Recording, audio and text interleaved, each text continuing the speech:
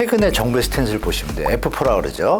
네 분이 갑자기 10월 달부터 이 스피킹이 다 똑같아요. 가계부채 질이 위험하다, 개선해야 된다, 스트레스 DSR을 하겠다, 이런 얘기들이 막 나와요, 동시에. 그럼 여러분들이 눈치를 채야 돼요. 아, 정부가 IMF나 OECD, 뭐 이코노미스트 이 경고를 이제 제대로 받아들였구나. 12월 한 중순 크리스마스까지는 좀 떨어졌다가요. 그때부터 아마 기사가 나올 거예요. 내년부터 신생아론을 뭐 활용하는 방법 뭐 이렇게 막 뜨면 또 대출 나오니까 또 올라갈래나. 선거 전에 좀 어선할 때 집값이 좀 오를 것 같아요. 지금 또 내린 다음에 또 오른 거죠. 더블 D. 그리고 내릴 가능성이 많다고 저는 보고 있는 거예요. 그게 4개월 간 다음에. 그러니까 내년을 전망한다면 전 세계적으로 보면 대출을 좀 줄이는 추세지만 우리나라는 사실 여러 가지 이제 정책으로 조금 대출을 어떻게 보면 부추긴다고 해야 될까요? 좀 어쨌든 오버슈팅 조금 났죠. 그런 분위기가 있는 것 같아요. 가계부채가 세계 4위라고도 우리나라가 나오던데요. 이게 점점 이렇게 늘어나면 당연히 문제가 발생할 수밖에 없을 텐데 이 가계대출의 방향성 앞으로 좀 어떻게 가야 될까요?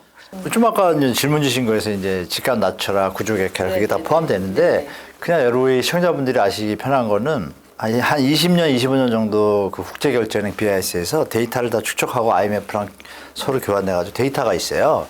그 논문도 많고 그런데 그 결과가 뭐냐면 가계부채가 GDP 대비해서 100%를 넘어서면 이건 무조건 리스크가 터질 가능성이 높다라는 데이터가 있고 터졌다는 게 있었겠죠. 실제로 이 기준에 의해 가지고 가계부채가 전 세계 국가들이 지금 선진국들이 글로벌 터지고 나서요. 우린 글로벌 터지고 나서 조금 있다부터 그냥 2013년부터 쭉 올라왔거든요.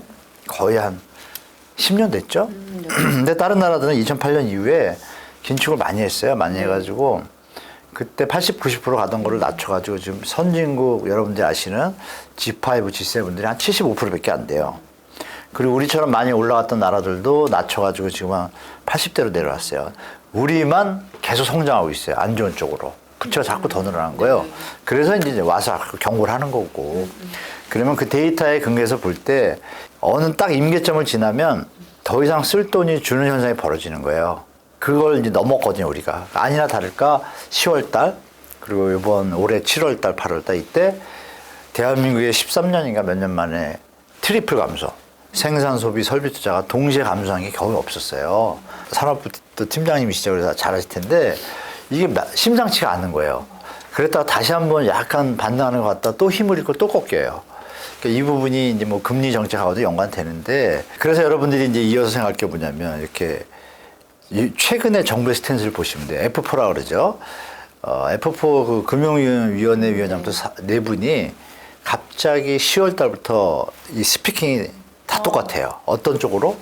가계부채 질이 위험하다, 개선해야 된다, 스트레스 DSR을 하겠다, 이런 얘기들이 막 나와요, 동시에. 그럼 여러분들이 눈치를 채야 돼요. 아, 정부가 IMF나 OECD, 뭐 이코노미스트 이 경고를 이제 제대로 받아들였구나. 좀 오버슈팅이라. 물론 건설회사와 경착륙을 막기 위해서 애를 썼어요. 근데 더 하면 안 되겠다고 판단한 것 같아요, 정부가. 그럼 여러분들은 시장에 대처해야 되겠죠. 아, 그러면 가계부채를 이제는 더 확대하기에는 역부족이라는 걸 정부도 인정하고 가는구나. 그러면 또 예전처럼 대출이 늘어나고 금리 인하가 된다 하더라도 대출이 주니까 대출이 어떤 증가가 시장에 영향을 미치는 힘이 너무 약할 거란 말이에요. 시장은 어떻게 될지 좀 보이죠. 그래서 결정적인 게 스트레스 DSR 그게 무서운 게요. 여러분들은 뭐 얘기만 들으셨을 텐데 저도 뭐 얘기만 듣고 제 해석이에요. 스트레스 DSR이 1에서 3%까지 정할 수가 있어요. 아마 12월 15일 날 고시하거든요. 한은에서 고시하는데 1%를 대부분 다 보고 있는데 그걸 정부가 그냥 좀 세게 해서 대출을 줄이자 이러면 2%를 만들 수가 있어요. 그럼 여러분들이 대출 받는 금액이 5%로 계산을 안 하고 7%로 계산해서 돈은 적어지는 거예요. 실제로 5% 받더라도 스트레스를 적용하니까. 그 얘기는 뭐예요? 대출 액수가 너무 줄어든다는 얘기는 집값이 상승할 여력이 줄겠구나라고 예측이 되겠죠.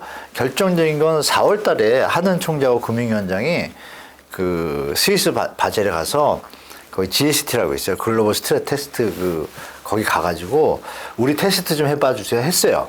하고 나더니 조금 찝찝한 거야, 결과가. 그러니까 그럼 3년 동안 우리 좀 정보를 주세요. 테스트 해주세요. 그래서 그 선진국 다 하고 있어요.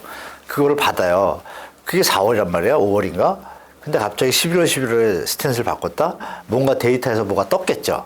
라고 추측하는 거예요, 저 혼자. 그럼 여러분이 생각할 거는, 아, 그러면 정부 스탠스가 바뀌었다. 그럼 더 이상 부양책은 조금 자제하겠구나. 이렇게 판단하시고, 다만, 거래 부분에서 규양책은 풀 수 있겠죠. 좀 예전보다 약하겠구나. 그럼 내년도 어떤 장밋빛 기대보다는 합리적인 고수적 안정적 대처가 맞을 것 같다라고 저는 보고 있습니다. 예. 그래서 그런 건지 모르겠는데요. 신생아 특례가 뭐 26조가 풀린다고 네. 하는데 올해 특례 보금자리랑 조금 보니까 특례 보금자리는 뭐 아이나 자산 소득 기준이 조금 없었는데 허들이 좀 생긴 것 같더라고요. 좀 그 두 가지를 비교를 한다면 좀 허들을 낮춰주지 않았나요? 1억 3천까지? 그런가요? 네, 허들을 막 만들었는데 네. 그러니까 이거죠. 허들이 이렇게 높았어요. 하나를 너무 어렵잖아요. 근데 허들을 여러 개 세워놨는데 다 낮아. 그럼 어떻게 돼요? 넘긴 더 그냥 쉽죠. 너무 쉬워졌군요. 가볍게 넘어가죠. 그러니까 이게 여러분들이 해석을 잘해야 되는데 소득 자산이 1억 3천이잖아요. 두 부부. 1년에. 네네. 그리고 자기 자산 기준이 5억 6천이에요. 그럼 6억을 가진 사람도 또 대출 받아.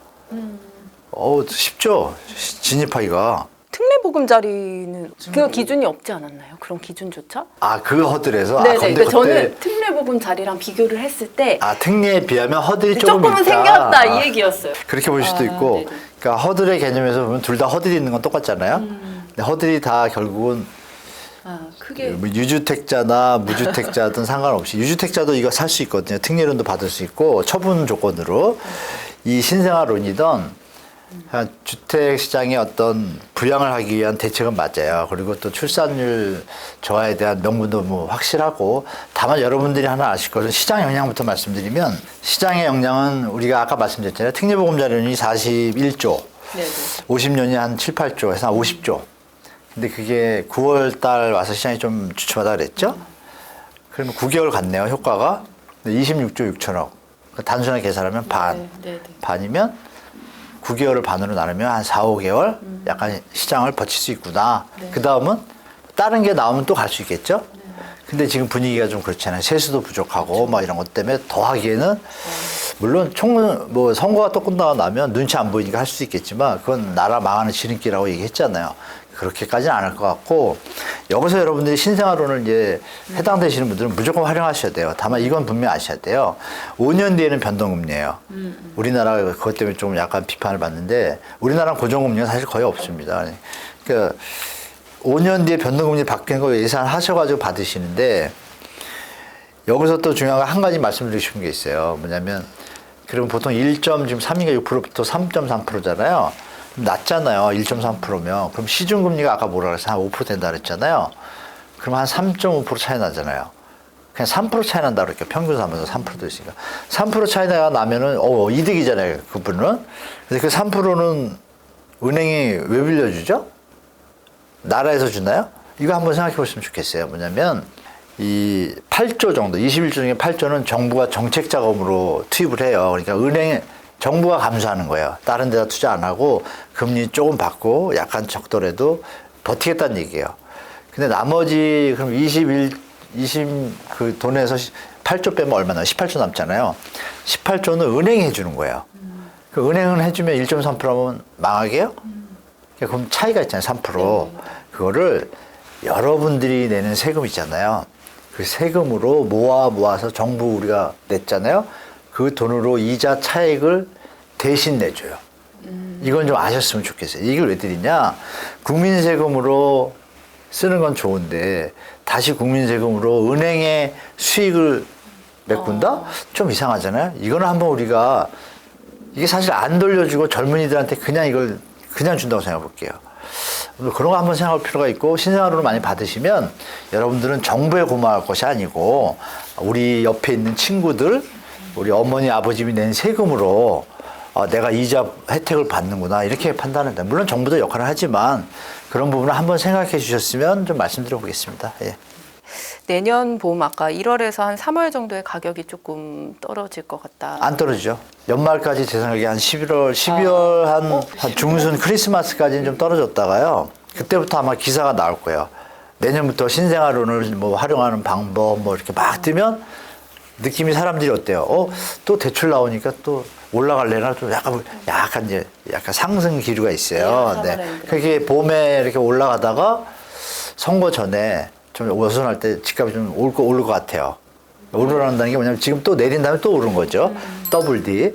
그리고 내릴 가능성이 많다고 저는 보고 있는 거예요. 그게 4개월 간 다음에. 그러니까 내년을 전망한다면 상강, 상약강, 하약 그냥 이렇게 말씀드릴게요. 하반기엔 약해질 것 같다. 무주택자들이 좀 어떻게 계획을 세우고 내년에 좀 대비해야 될까 이걸 여쭤보고 싶거든요. 내년요. 공공분양은 이제 하시고요. 네. 무조건. 그거는 여러분들 특히 젊은 분들이 볼 때 공공분양에 대한 약간의 뭐라 그럴까요? 선입견이 있으실 거예요. 근데 지금은 약간 바뀌었어요. 바뀌었기 때문에 네. 물론 더 잘 만들어야 되는데 제가 볼 때 한 90% 수준 쫓아왔어요. 예전에 한 50%, 60%밖에 안 됐어요. 질이나 어떤 뭐 조경이나 이런 것들이. 그래서 조금 도외시했는데 3기 신도시 조감도를 못 보셨을 거예요. 보시면 어마어마합니다. AI 시스템에다가 국공립 유치원 다 고치고 그건 뭐 나중에 보시면 아실 거예요. 네. 그러니까 이제 내년에 대응하실 거는 3기 신도시 아마 초반에 많이 물량 사전청약 나올 거예요. 그리고 사전청약이 뭐 돼도 뭐 나중에 분양가가 어떨지 막 이런데 여러분 그래도 전혀 문제 없다고 좀 말씀드리고 거기에도 또 나누면 선택에 있어서 선택형 2가지가 있어가지고 목돈이 부족해도 들어가기가 편하게 프로그램이 돼 있어요. 5억짜리 1억만 있어도 들어갈 수 있는 프로그램이란 말이에요. 금리도 저렴하고 그러니까 적극적으로 공략하시고 기존 주택은 철저하게 이런 말씀 드릴게요. 최소한 기존 주택을 사고 싶다 그러시면 7군데 이상 부동산을 가신 다음에 결정해라. 그러면 그중에 꼭 한두 분은 그 시장을 객관적으로 얘기해줘요. 한 두세 분은 주인 편에서, 두세 분은 자기 수수료 부분에서 얘기하는데, 두세 분은 꼭 시장 상황을 정확하게 얘기해줘요. 공인중개사분들이 더 잘 아시잖아요. 근데 한 군데 갔다가 딱 그 말 듣고 하면 실수가 많아요. 그리고 이제 분양하는 게 나오잖아요. 현재 집이 있고 분양하는데, 새 집이 분양가랑 똑같아? 그럼 얘가 중고차라고 치면 좀 더 싸야죠. 네. 그럼 깎아달라면 깎아주겠어, 안 깎아주겠어? 깎아주죠. 사실 때, 기존 주택을 사실 때는 기존 시세에다가 새로 분양하는 거, 가격을 잘 보시고, 이치도 덜 좋고, 누가 봐도 얘가 30% 비쌀 것 같은데, 기존 주택이 10%밖에 차이 안 나. 그러면 어깨 힘주고, 이거 한 1억 더 깎아주면 살게요. 이러고서 나오면 거짓말 같은 일이 벌어질 가능성이 높겠죠? 이거랑 비교되니까, 그죠? 네. 아니면 새 집 삭개가 되잖아요. 네, 그렇죠. 그러니까 대체제가 있고 선택할 수 있는 곳이 많아지면 매수자가 유리해지니까 무주택자 여러분들은 내년 연말에서 내년 봄이 좋은 기회예요. 다만 여전히 주택가격이 높기 때문에 제가 볼 때 뭐 낮다고 하시는 분도 계시지만 제가 볼 때 그렇습니다. 이게 더 낮아지면은 그때는 적극적으로 이렇게 활동하실 필요가 있겠죠. 그래서 아까 말씀드린 대로 초반에 말씀드린 대로 내 여력이 부담이 안 되는 선이다 그러면 너 뭐 더 내려가니 많이 이런 거 막 그만 신경 쓰시고 딱 들어가. 특히 뭐 애기나 초등학생이 생기려면 그때는 그 돈보다는 여러분이 제 나이 되시면 아실 텐데 그 기쁨이 어마어마한 부를 창출해 줍니다. 에너지를 아빠, 엄마한테 주기 때문에 일할 때. 근데 엄마, 아빠가 앉아가지고 계산하고 있고 이거는 좀 아닌 것 같아요. 그러니까 사회의 어떤 행복의 지수의 비중을 갖다 잘 조절하시면 제가 볼 땐 올 연말에서 내년 초가 한 번 기회가 올 것이고 그 다음에 시장 상황 보면서 다시 또 한 번 접하시면 될 것 같아요. 네. 교수님 말씀 중에서 한국 부동산 더 이상 반등은 기대하지 마라. 저 그런 얘기 한 적 없는데? 더 이상 반등이라고 얘기를 안 하고요. 저번처럼 폭등하던 장은 이제 없다예요. 우리 2016, 17년부터 쫙 올랐잖아요. 그런 시장은 이제 더 이상 없다. 그 얘기고요. 반등은 계속 있어요.